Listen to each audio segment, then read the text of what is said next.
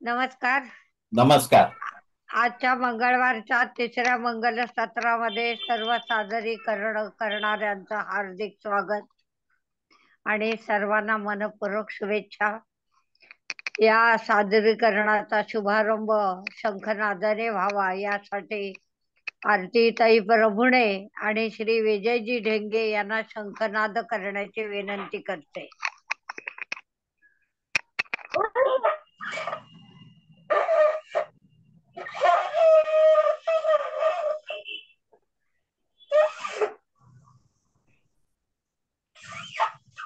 Sorry sir. ठीक आहे. विजयराव.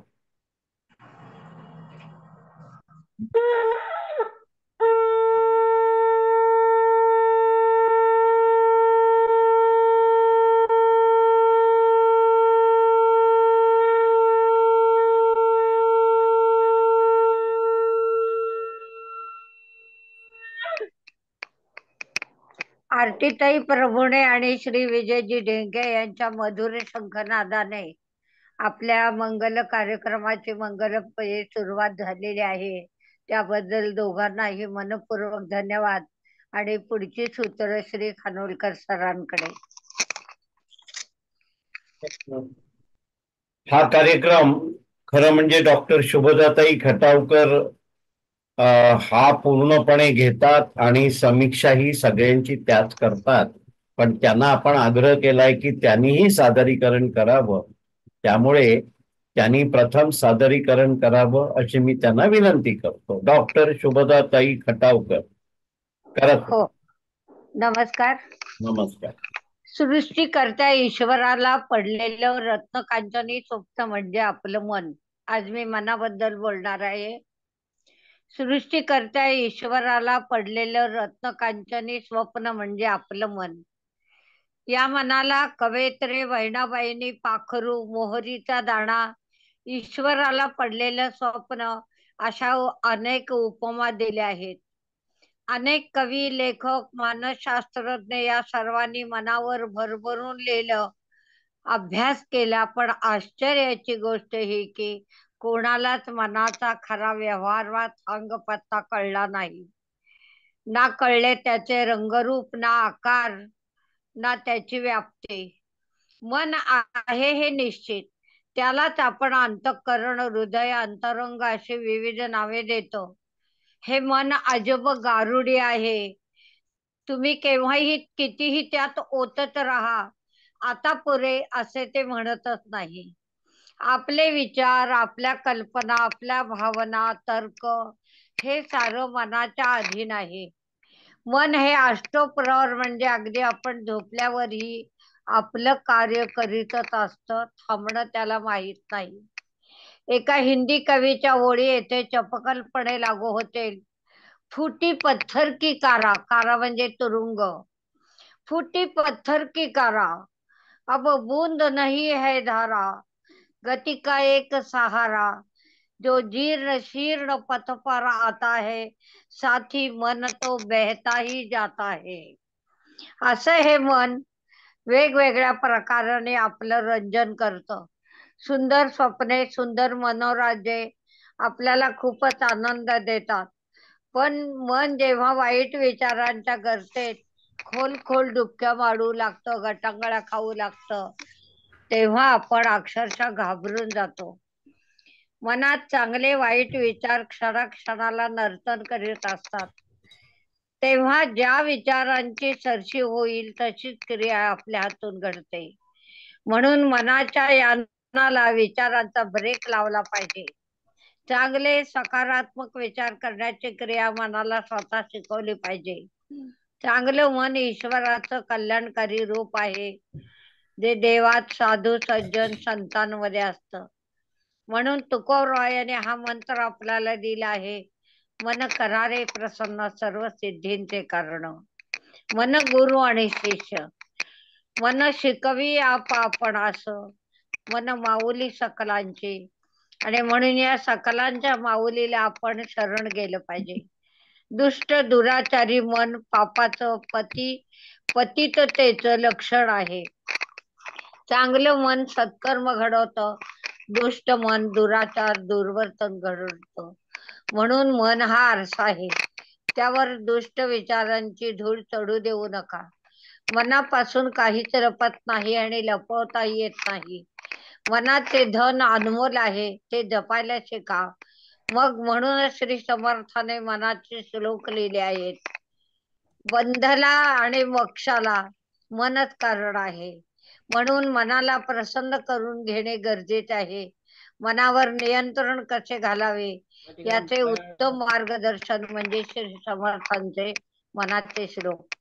मग आत्मारामी रंगावे या गोड इच्छापूर्तीसाठी श्री माऊली म्हणतात, परी वैराग्याचे आधारे जरी लावले अभ्यासाची मोहरे, तरी केतुकेली अवसरे स्थिरावरे. श्रीनाथांनी पण या मनाचे एक उत्तम गती स्पष्ट केली आहे आणि ते दास्य करत आपल्याला चारही मुक्ती प्रदान करत. परंतु त्याला जे बंधोने हाती परब्रह्माच्या हाती आपण बांधून दिलं पाहिजे. आणि म्हणून मनदेवतेला आपण प्रसन्न करूया.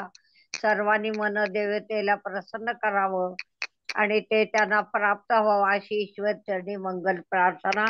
जय जय श्रीराम. खूप छान झालं पदा मॅडम. Thank you thank you. करारे प्रसन्न हे महत्वाचं. हो नक्की. छान छान झालं आणि मनाला भिडलं. आणि खूप कॉन्सन्ट्रेटेड झालंय. डायल्यूट करून घ्यायला पाहिजे कधीतरी तुमच्या. हो ना. बरोबर आहे. आपल्या समोर आता प्रज्ञाताई जोशी सादरीकरण करतायत. प्रज्ञाताई सुरुवात करा.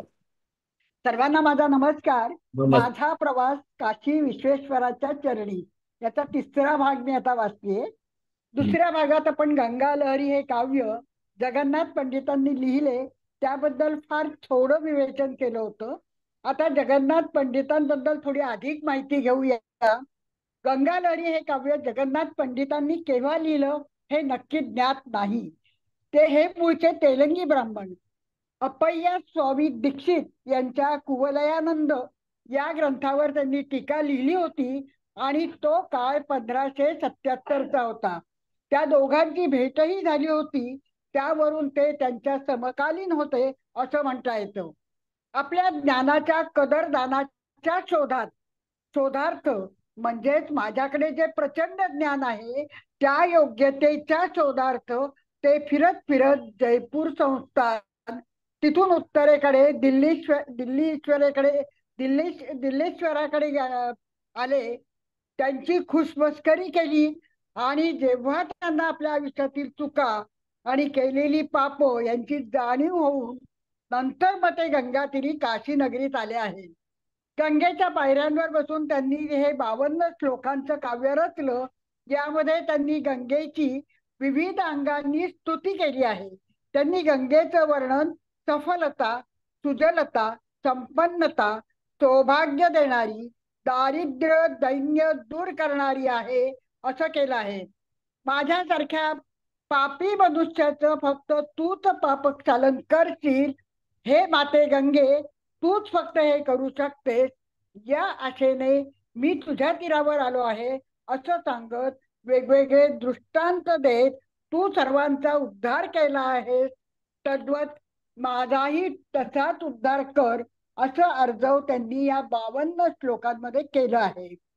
आणि एक एक पायरी एकेका श्लोकागणित पाणी चढतं आणि पत्नीचं त्यांना माता गंगेने स्वतःमध्ये सामावून घेतलं होतं हे आपण मागच्या वेळेसच बघितलं होतं.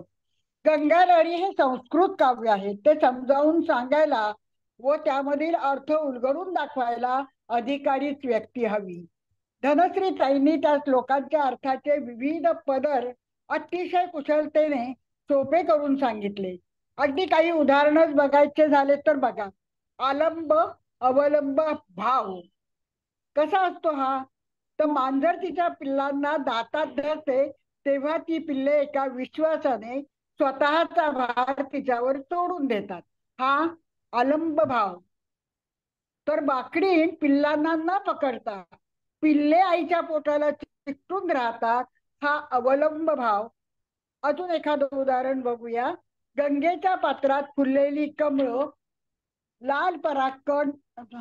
गंगेच्या पात्रात फुललेली कमळं, त्यांचे पाण्यात पडणारे लाल परागकण स्नानासाठी आलेल्या राजघराण्यातील स्त्रियांनी अंगावर लावलेली कस्तुरी पाण्यातच मिसळल्याने परात्पर भावाने ज्यांच्यापासून ती कस्तुरी मिळाली ती हरणं मुक्त होणं.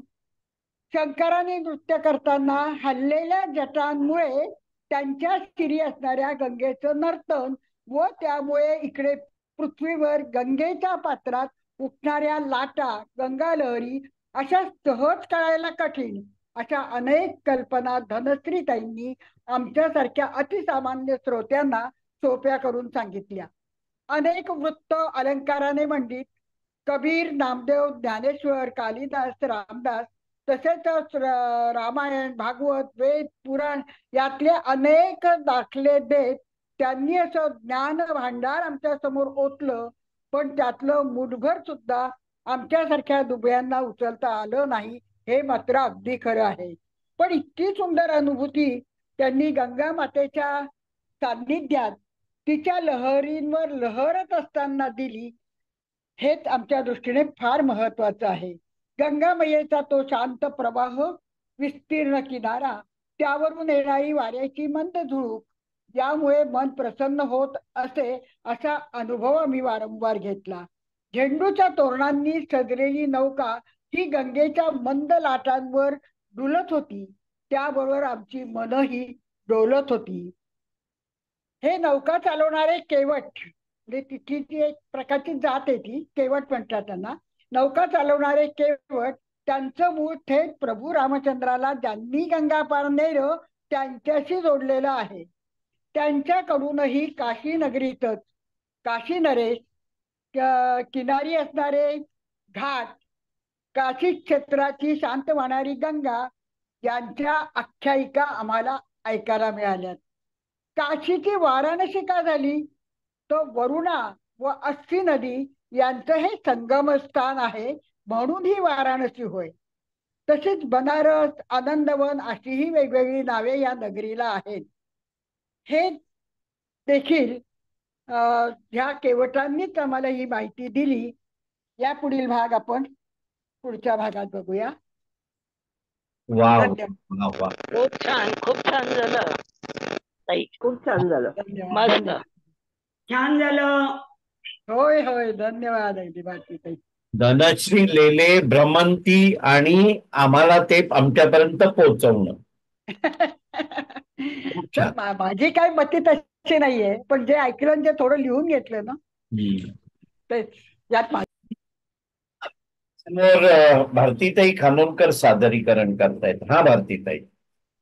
नमस्कार सर्वांना. नमस्कार. श्रीकृष्ण लीलाच्या पुढचा भाग बघतोय आपण. उद्धवाला उपदेश करताना श्रीकृष्ण म्हणतो की ब्रह्मदेवाच्या मागच्या वेळेला आपण हे पाहिलं की ब्रह्मदेवाच्या प्रार्थनेवरून मी पृथ्वीचा हलका करण्यासाठी यदुकुळात जन्म घेऊन होतो. मी वैकुंठात जावे अशी ब्रह्मदेवा व सर्व देवांची इच्छा आहे. तेव्हा या उद्धवा आता ब्रह्मशापाने, यादव आता ब्रह्मशापाने नाश पावणार आहेत. तर हा उद्धवाचा आनंद सागरासारखे मंथन करून सारांश रूपाने उपदेश केलेला हे ज्ञान अमृत यथामती प्राशन करून श्रीकृष्णाच्या भक्तीने करावी यासाठी हा उपदेश आपल्याला दिला आहे. ही द्वारका आजपासून 7व्या दिवशी समुद्रात बुडणार आहे. तू सर्वसंग परित्याग करून ब्रह्मनिष्ठ हो. मी भूलोक सोडताच इथे कलीचे वर्चस्व होणार. तू आता आप्तेष्टांवर प्रेम करायचे सोडून माझ्या ठिकाणी तुझ्या चित्ताचा लय कर. चित्ताची समता ठेवणे आवश्य आहे. आपल्या पंचेंद्रियांनी आपण जे करतो, पाहतो, बोलतो, ऐकतो हे सर्व मिथ्या आहे. हे सर्व व सुख दुःख सारे मनाचे खेळ आहेत. या ब्रह्मांडात मीच भरलेला आहे असे तू पहा. आपले मित्र आहेत असे तू पहा. सर्व प्राणी आपले मित्र आहेत अशा समान बुद्धीने जीवन जग, म्हणजे संसार चक्रात परत सापडणार नाहीस. हे उद्धवा, माझ्या प्राप्तीकरता प्रयत्न करणे हे मुमुक्षेचे खरे कर्तव्य आहे. मुमुक्षाने फलप्राप्तीची आशा न राखता अशी आवश्यक ती नैमित्तिक कर्मे करावीत. आत्मसिद्धीसाठी चित्त एकाग्र करून इतर विषयांबद्दल उदासीन असावे. जड शरीर, लिंग शरीर व आत्मा हे शरीराचे 3 घटक होत. जीव हा परतंत्र आहे, म्हणून जन्म मरण सुख दुःख जीवाला टाळता येत नाही. हे उद्धवा, मूर्ख लोक धर्मबाह्य आचरण करून वासने मागे धावतात आणि इतरांना पीडा देतात. हा जीव आत्मा काही करत नाही, सुख दुःखही भोगत नाही, परंतु कर्माचा मात्र अभिमान बाळगतो. त्यामुळे त्याला कर्मफळ भोगावी लागतात. जीव, जीवात्मा व मी परमात्मा एकच आहोत. त्यामुळे हा परमात्मा मायेमुळे हा जीवात्मा संसारात पडतो, पण निवृत्तीमुळे परमात्मा पडत नाही. हे तू लक्षात घेऊन जीवनाचे रहस्य अनेक प्रकाराने श्रीकृष्णाने समजावले. अशा प्रकारे जीवनाचं रहस्य समजावलं. त्याच्या मनातली मायेची भीती दूर केली. तेव्हा उद्धवाने कृष्णाला नमन केले आणि म्हणाला, माझी सर्व भ्रांती तुझ्या कृपेने फिटली, सर्व स्नेहपाश संपले. तू दिलेल्या ज्ञानाने कृतज्ञतापूर्वक तुला अनन्य भक्तीने तुझ्या चरणाचा आश्रय करतो. मला आशीर्वाद दे.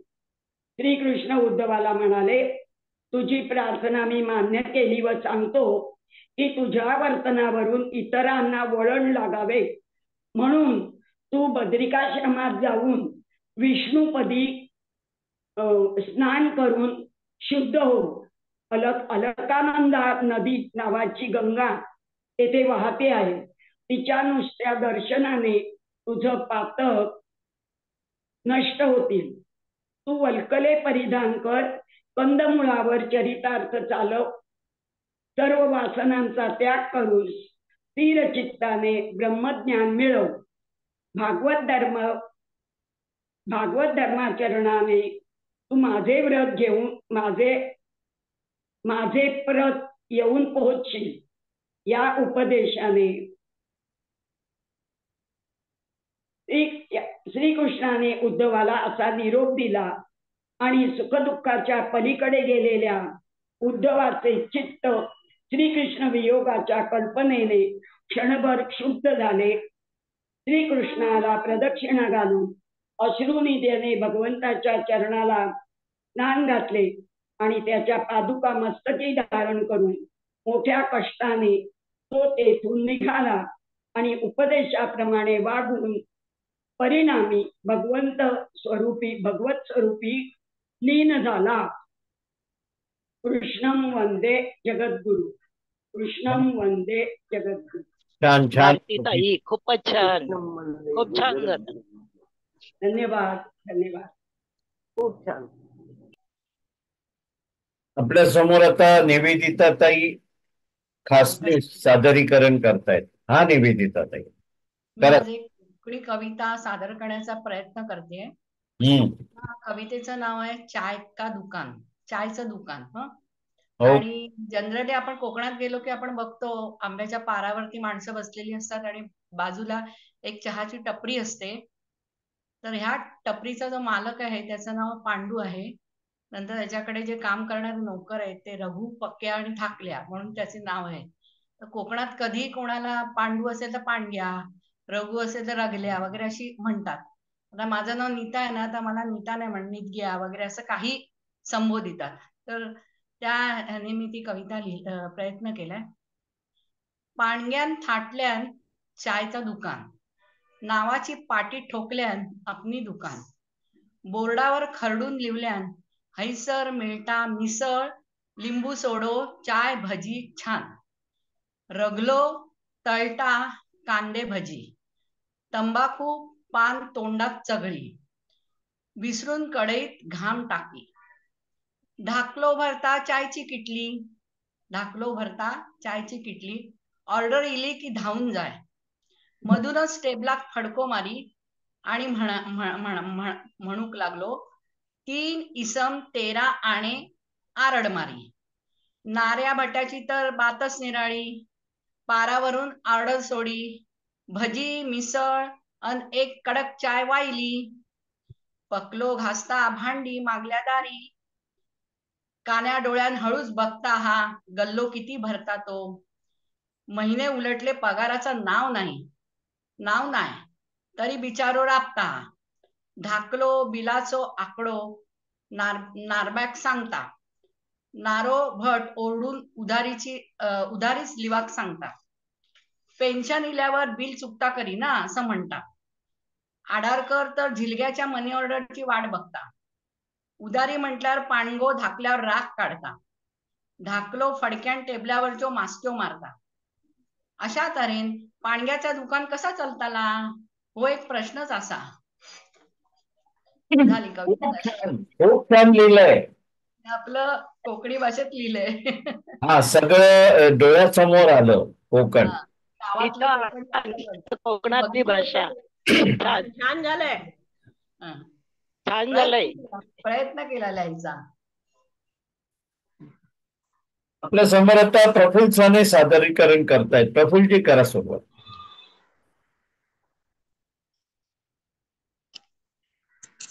नमस्कार सगळ्यांना. नमस्कार. आज मी एक थोडा वेगळा विषय घेतोय. रामाच्या प्राणप्रतिष्ठेनिमित्त एके ठिकाणी चर्चा आयोजित केली होती की रामायणातल्या एका पात्रावरती बोलायचं. आणि मग मी निवडलं रामायणातील कमी चर्चिलेले पात्र लक्ष्मण. हिंदू धर्मातील पवित्र ग्रंथापैकी एक असलेल्या रामायण या अमूल्य महाकाव्यामध्ये अनेक पात्रांनी काही ना काही प्रकारे आपले योगदान दिले आहे. अगदी खारुताईने आपला वाटा उचलला आहे. रामायणात कथानक मुख्यतः फिरते ते श्रीराम, सीतामाई, रावण, हनुमान यांच्या भोवती. यात काहीसे कमी चर्चिले गेलेले पात्र म्हणजे लक्ष्मण, श्रीरामांचे धाकटे बंधू. श्रीराम हे भगवान विष्णूचा, सीता ही देवी लक्ष्मीचा, हनुमान हे गरुडाचा, तर लक्ष्मण हे शेषनागाचा अवतार असल्याचा उल्लेख आहे. रामायणातील व्यक्तिरेखांमध्ये डावं उजवं करणं हे फारच कठीण काम आहे. प्रत्येक जण महत्वाची भूमिका बजावतोय, परंतु त्यातील लक्ष्मणाची व्यक्तिरेखा मला खूपच भावली आणि त्याला कारणही तशीच आहेत. राजा दशरथ व त्याची तिसरी पत्नी सुमित्रा यांच्या जुळ्या पुत्रांपैकी एक लक्ष्मण आणि दुसरा शत्रुघ्न. ते एकंदर 4 भाऊ होते: श्रीराम, लक्ष्मण, शत्रुघ्न आणि भरत. तसेच त्यांना शांता नावाची मोठी बहीणही होती. सीता स्वयंवरात श्रीराम आणि सीता यांचा विवाह होतो. त्यावेळेसच सीतेची लहान बहीण उर्मिला हिच्याबरोबर लक्ष्मणाचा विवाह होतो. लक्ष्मण आणि पत्नी उर्मिला यांना अंगद आणि चंद्रकेतू नावाचे 2 पुत्र होते आणि सोमदा नावाची कन्या होती.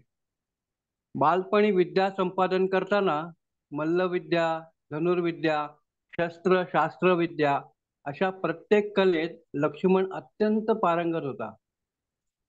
लक्ष्मण हा त्याच्या निस्सीम बंधुप्रेमासाठी आदर्श मानला जातो. विश्वामित्र ऋषींच्या यज्ञामध्ये त्रास देणाऱ्या राक्षसांचा बिमोड करण्यासाठी श्रीरामांबरोबर लक्ष्मणही गेला होता. सीता स्वयंवरावेळी श्रीरामांनी शिवधनुष्य उचलून त्याला प्रत्यंचा लावताना ते भंग पावते. त्यावेळी तेथे उपस्थित झालेल्या भगवान परशुरामांच्या क्रोधाला लक्ष्मणच शांत करतो. नंतर त्यांना वादविवादातही निरुत्तर करतो. श्रीरामांना राज्याभिषेक व्हायच्या आदल्या दिवशी माता कैकेयीने मिळालेल्या 2 वरांच्या सहाय्याने पुत्र भरताला राज्याभिषेक आणि श्रीरामाला 14 वर्षे वनवास मागितला. वचनपूर्तीसाठी श्रीराम वनवासाला जायला निघतात. त्यांच्यासह पत्नी सीताही जायला निघते. लक्ष्मणही श्रीरामांबरोबर वनवास पत्करतो.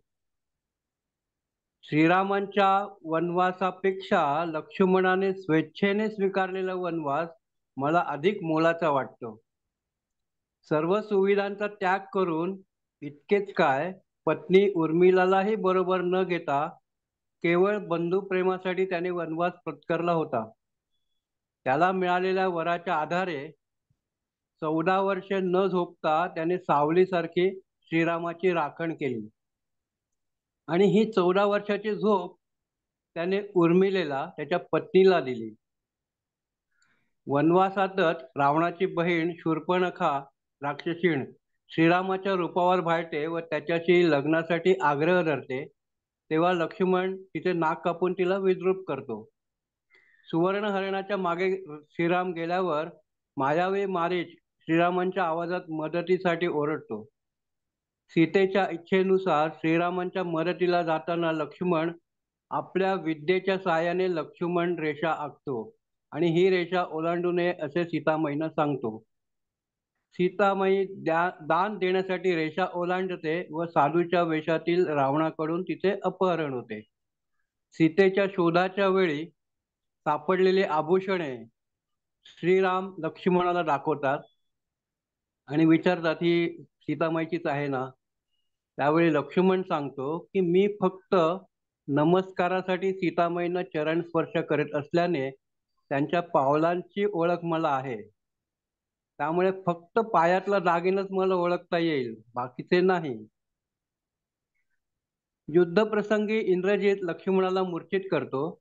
हनुमानाने हिमालयातून आणलेल्या संजीवनी औषधीमुळे त्याचे प्राण वाचतात.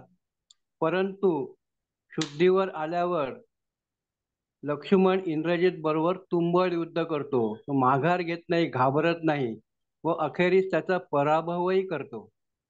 रावणाच्या अंतिम समयी श्रीरामाच्या आज्ञेनुसार लक्ष्मण प्रकांड पंडित रावणाकडून बरेचसे ज्ञान प्राप्त करतो. शुभ कार्य लवकरात लवकर करावे, अशुभ कार्य टाळता येईल तेवढे टाळावे, शत्रूला कधीही कमी लेखू नये आणि आपले अत्यंत महत्वाचे गुपित कोणालाही सांगू नये. हे ती 4 तत्व होती. दुर्वास ऋषींच्या क्रोधापासून अयोध्या नगरीला वाचवण्यासाठी श्रीरामांनी यमराजाला दिलेल्या वचनाची पूर्ती करण्यासाठी लक्ष्मण शरयू नदीमध्ये जलसमाधी घेतो. महत्वाचे म्हणजे लक्ष्मणाचे वेगळं असं कुठेही मंदिर नाही. तरीही श्रीरामाच्या प्रत्येक मंदिरात लक्ष्मणाला श्रीरामाच्या बाजूचे स्थान असलेले पाहायला मिळते. जय श्रीराम. वा वा वा प्रफुल्लजी, खूप अभ्यासपूर्वक आणि मस्त झाले. धन्यवाद. सुंदर.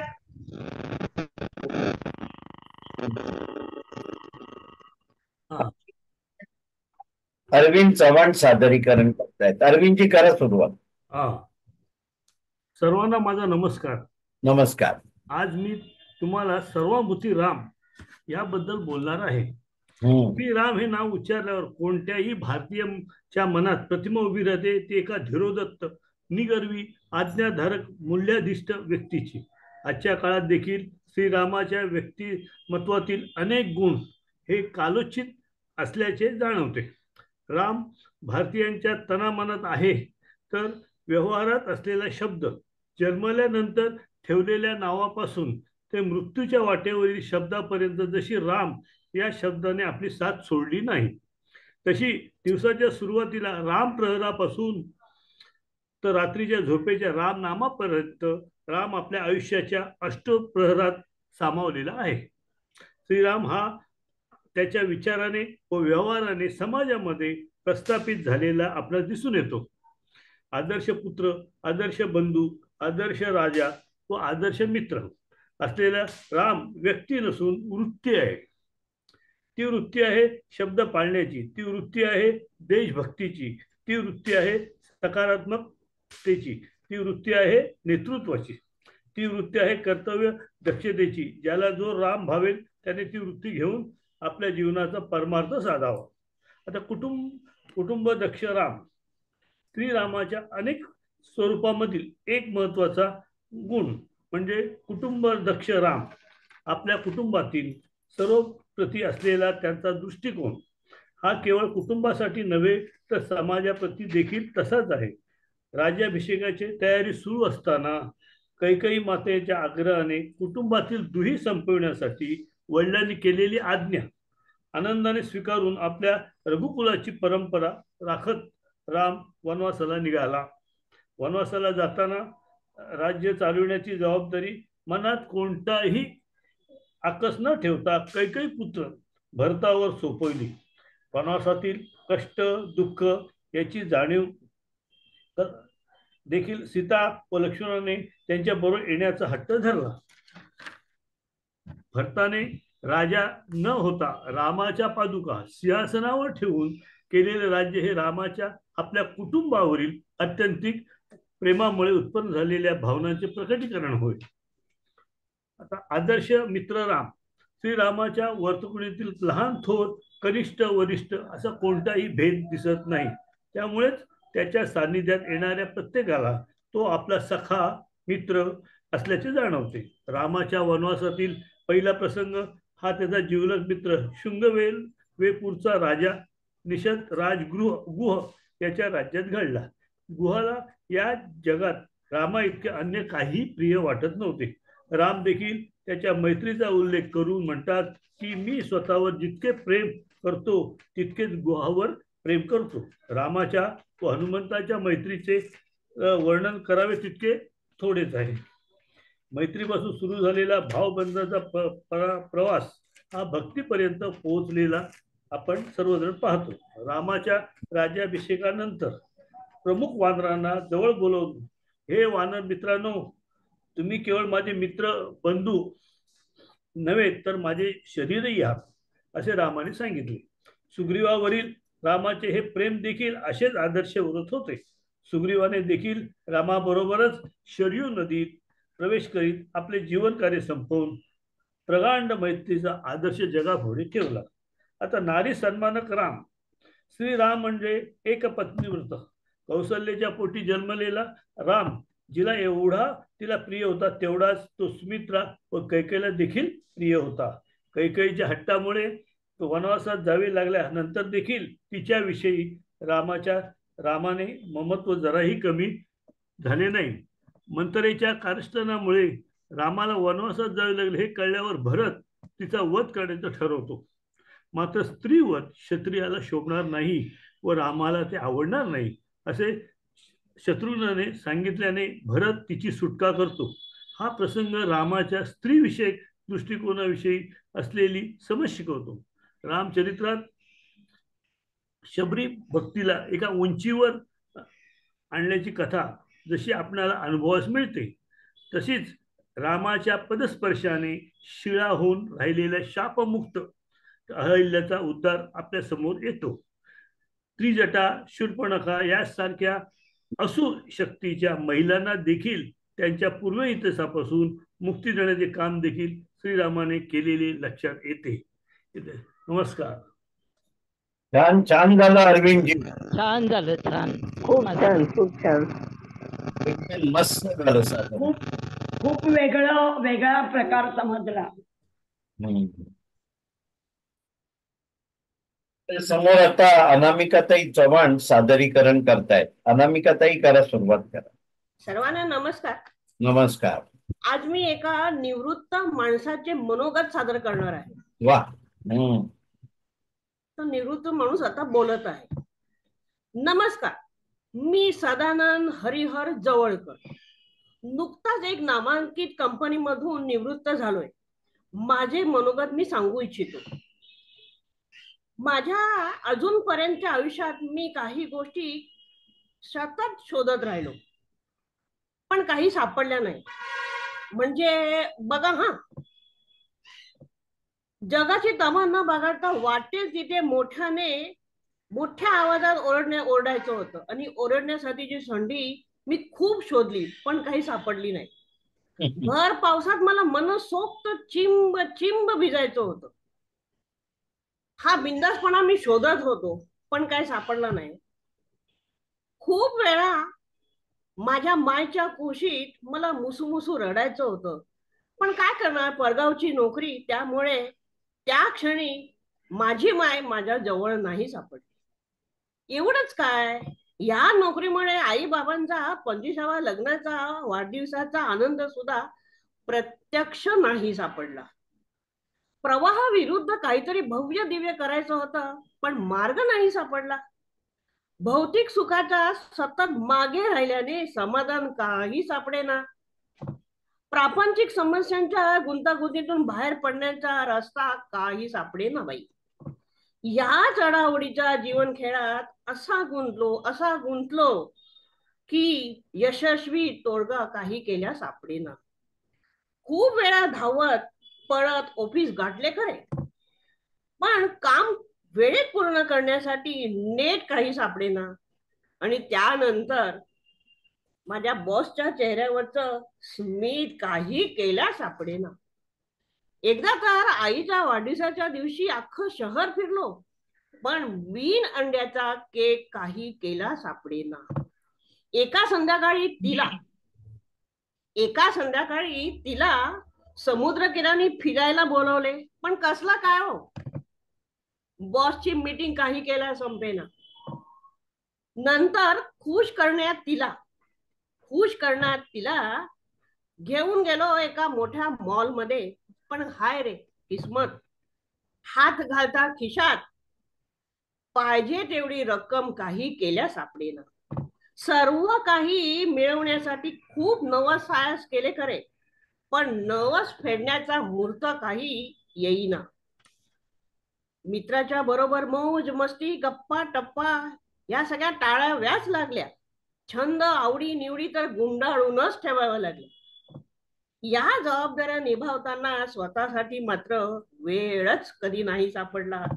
हे पाहिजे ते पाहिजे हे मिळवायचं असं करत असताना आरशात पाहिलं तर तरुण पण काही सापडेना. निवांत क्षणाचा उकेल शोधता रिटायर होण्याचा क्षण केव्हा आल्या हे मात्र काही केला समजले नाही. पण हो, निवृत्ती समारंभाच्या वेळी मात्र प्रकर्षाने जाणवले हो. आतल्या आवाजाने ठोठावलं, मला भानावर आणलं, ही संधी घालवू नकोस. तुला शोधायला ह्याच्या पुढे वावच नाहीये. शोधलंस तरी सापडणार नाही. जा, मित्रांना भेट, डोळे भरून बघून घे. आणि त्याच क्षणी हृदय पिळवटून निघालो. डोळ्यातून प्रेमाश्रू वाहू लागले. सापडत नसलेल्या गोष्टीचा खंत तर निघून गेला, वाहून गेला. खूप हलके वाटले.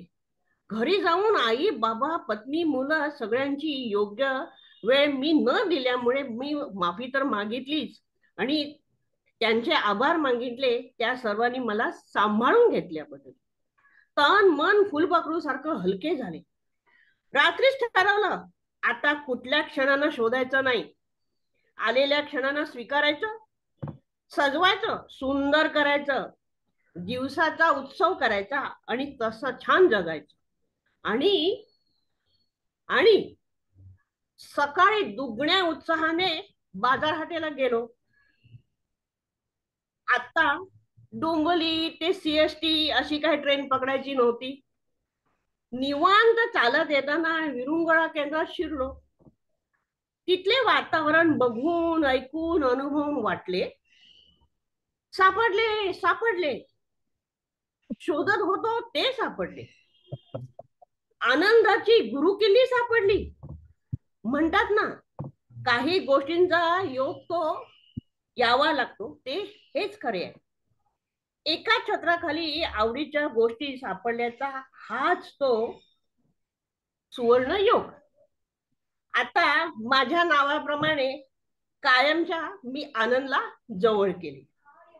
आता तर काय, आनंदी आनंदगडे, इकडे तिकडे चोहीकडे चोहीकडे.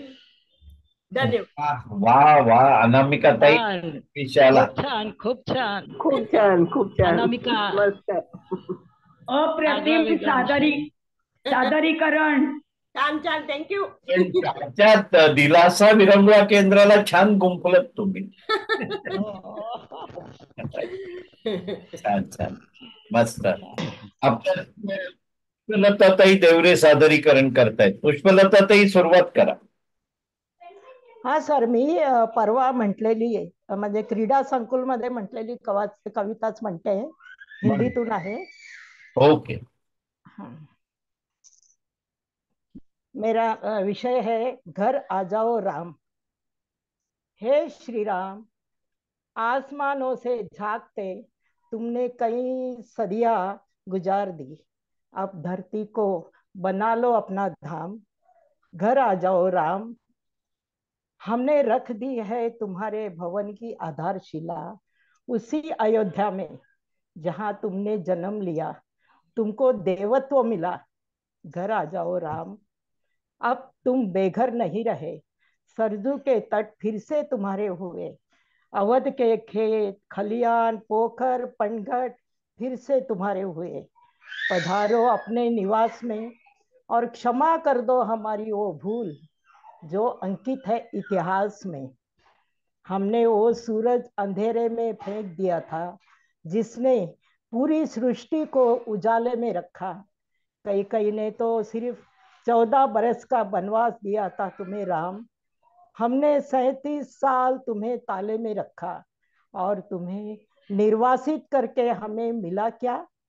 तो एक ऐसी दुनिया जहां खुली हवा में भी दम घुटे.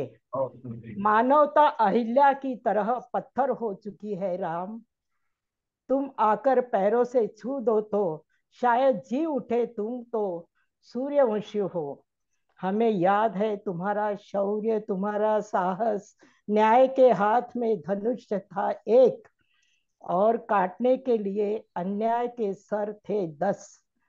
हे महानायक, मर्यादा पुरुषोत्तम, ईश्वाकुल भूषण, तुम्हारे बिना फीकी है अवध की शाम. घर आ जाओ राम. हम वचन देते हैं तन मन और प्राण से कि तुम्हारा घर बनाएंगे बड़े शौक और बड़ी शान से. दीवारें इतनी मजबूत के भेदभाव का रावण भी भेद ना सके. दरवाजे इतने ऊंचे के ऊंच नीच के दानों से लांघा ना जाए.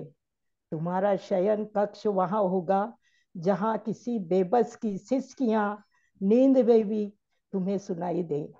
और तुम्हारी छत इतनी खुली होगी तीज का चंद्रमा और ईद का चांद दोनों दिखाई दे.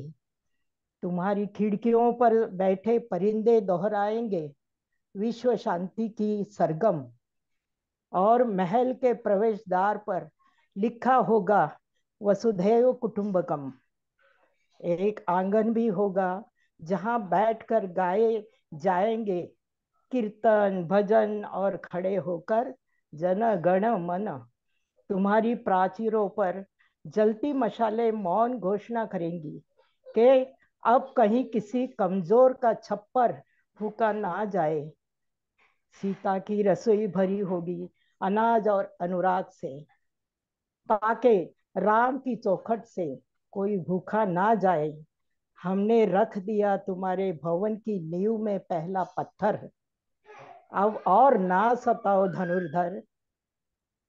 अनगिनत अनगिनत केवटों शबरियों सीताओं को प्रतीक्षा है तुम्हारी। घर आ जाओ राम, मेरे मंगल भवन अमंगलहारी। जय श्री राम, जय श्री राम। वाह वाह वाह वाह वाह, खूप छान. खूप छान, खूप छान. खूप खूप छान. खूप छान, छान झालं, मस्त. छान. धन्यवाद धन्यवाद. नमस्कार. मगाशी प्रफुल्ल सानेंची बोलल्याप्रमाणे काजव्याने सूर्याला दाखवायचा स्वतःचा प्रकाश असं काहीच आहे, पण तरी डॉक्टर शुभदाताईने एक असा विषय आज छेडलेला आहे की ज्याच्यात मला थोडस काहीतरी माझा इनपुट देता येणार आहे. आणि त्यासाठी शुभदाताईंचं खूप खूप आभार. कारण ना अशा सगळ्यांच्या विचारसरणीमधून आपण एक असा मार्ग तयार करतो की आपल्या सगळ्यांना जगायला तो सोपा होईल. आज त्यांनी विषय घेतलाय मन, म्हणजे त्याला रत्नकांचन स्वप्न किंवा ईश्वराला पडलेले स्वप्न अशा पण व्याख्या दिलेल्या आहेत.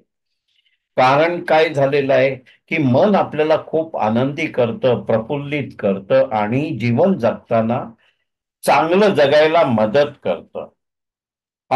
एक पण खरं बघायला गेलं तर ह्या मनाचा थांग पत्ता कोणालाच कळत नाही. मन वढाय वढाय, कधी इकडे कधी तिकडे. त्याला अजब गारुडी पण म्हटलेलं आहे त्याने. आणि मन हे असं आहे की मागत राहतं, ते कधी थांबत नाही. पुरे असं मन कधी म्हणत नाही. आणि मन म्हणजे काय, भावना, इच्छा वगैरे वगैरे. त्यांनी आणखी एक उदाहरण दिलं, मन तो बहता ही जाता है, म्हणजे सतत वाहणार आहे ते मन. आणि काही स्वप्न किंवा मनातल्या इच्छा खूप आनंद देतात, परंतु हा परंतु वाईट आहे की मनामध्ये असे विचार येणं की भीतीदायक किंवा दुसऱ्याचं वाईट करण्याचं, आणि असे विचार जेव्हा मनात येतात तर ती बाजू माणसाला नको आहे, माणसाला आनंदीच राहायचं आहे. तर त्याच्यासाठी त्यांनी एक असा छान शब्द वापरलेला आहे की सकारात्मकता. मन आपल्या जरी आपल्या मनाप्रमाणे चालत नसेल, म्हणजे मन आपल्या मनाप्रमाणे चालत नसेल आणि ते नकारार्थी किंवा वाईट किंवा तामसी किंवा दुसऱ्याचं वाईट करण्याच्या दिशेने जर विचार करत असेल तर इथे फक्त एकच गोळी किंवा एकच उपाय आहे जो उपयोगाला येईल, ती म्हणजे सकारात्मकता. मन करावे प्रसन्न असं तुकारामांनी म्हटलेलं आहे. दुष्ट दुराचारी मन हे पापाचे साधन आहे असं पण त्यांनी म्हटलंय. आत्मरंगी रंगावे, मनाच्या श्लोकांचा आधार दिलाय. परब्रह्माला साध्य करण्यासाठी मनच उपयोगाचं आहे, पण मन हे सकारात्मक पाहिजे तर आपल्याला अगणित फायदे आहेत.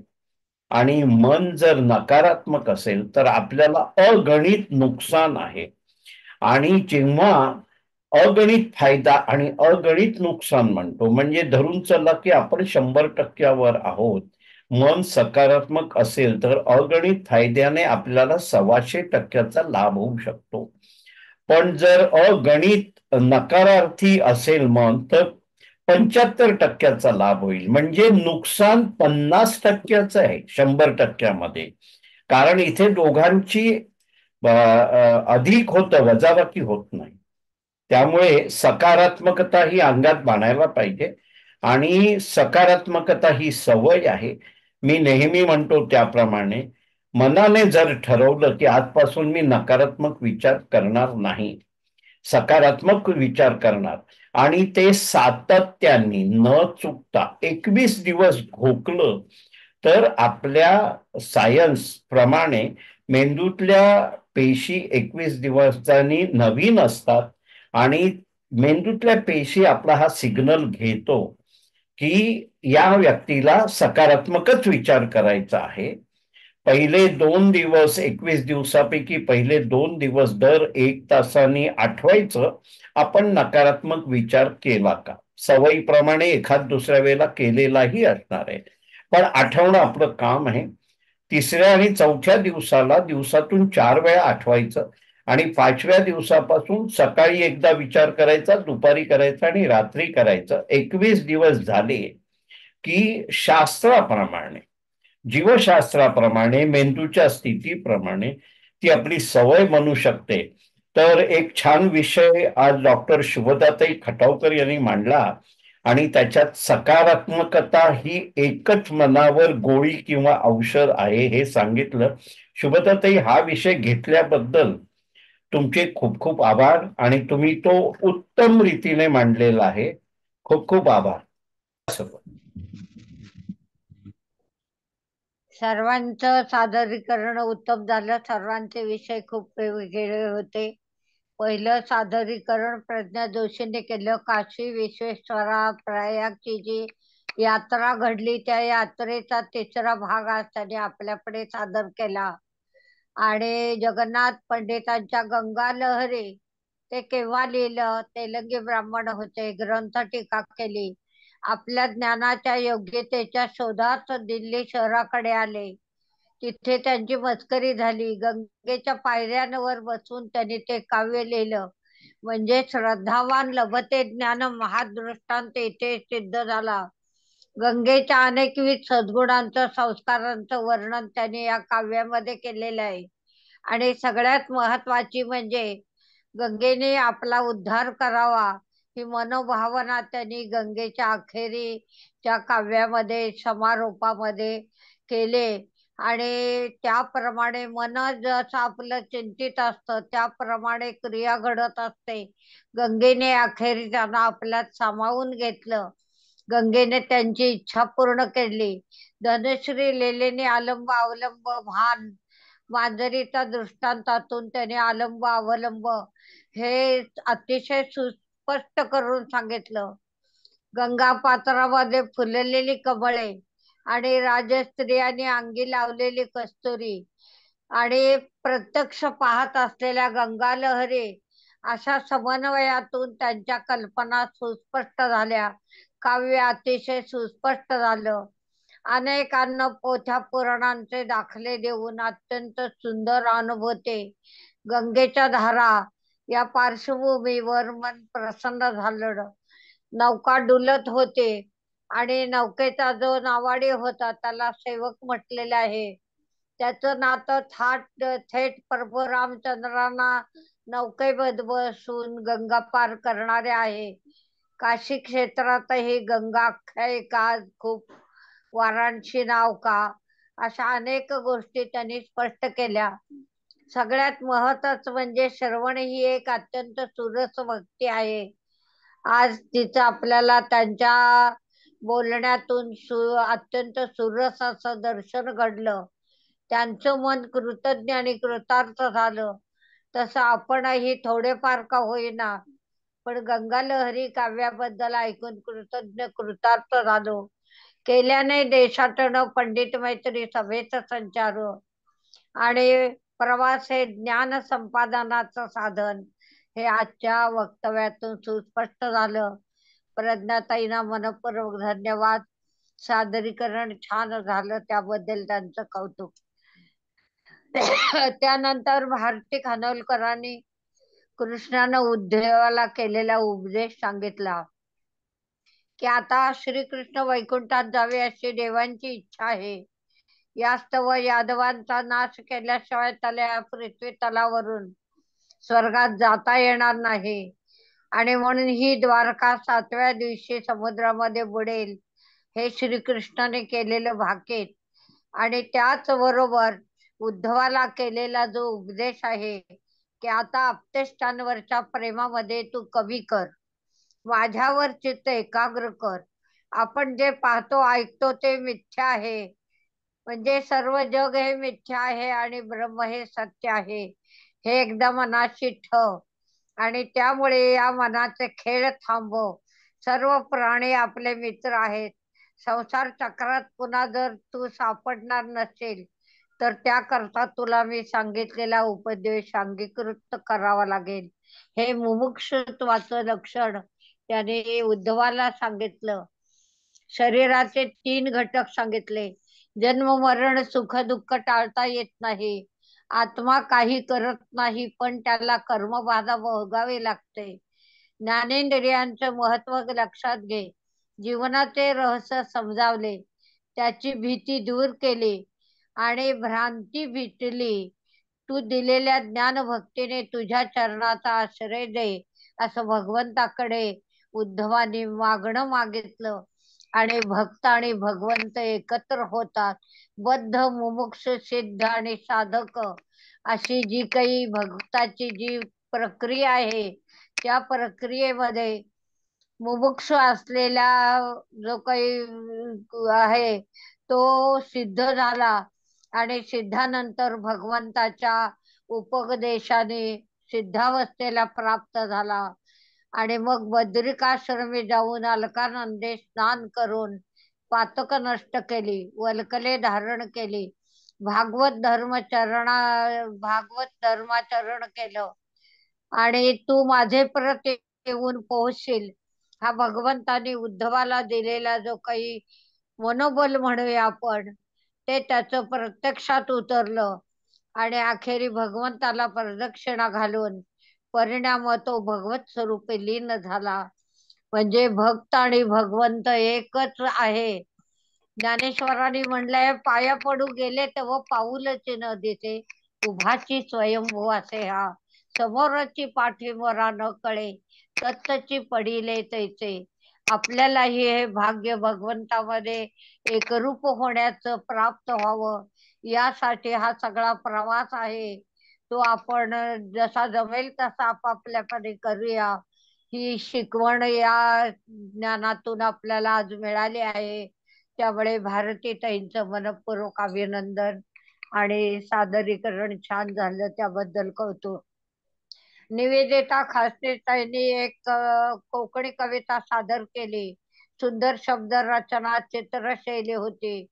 कांदा भजी, तंबाखू, पान तोंडात असलेलं भरलेली चायची किटली, टेबलावर फडकं मारण्याची स्टाईल, नारो भटाची वेगळी स्टाईल, पगाराचं नाव नाही तरी बिचारा राबतो, ही शोकांतिका आहे.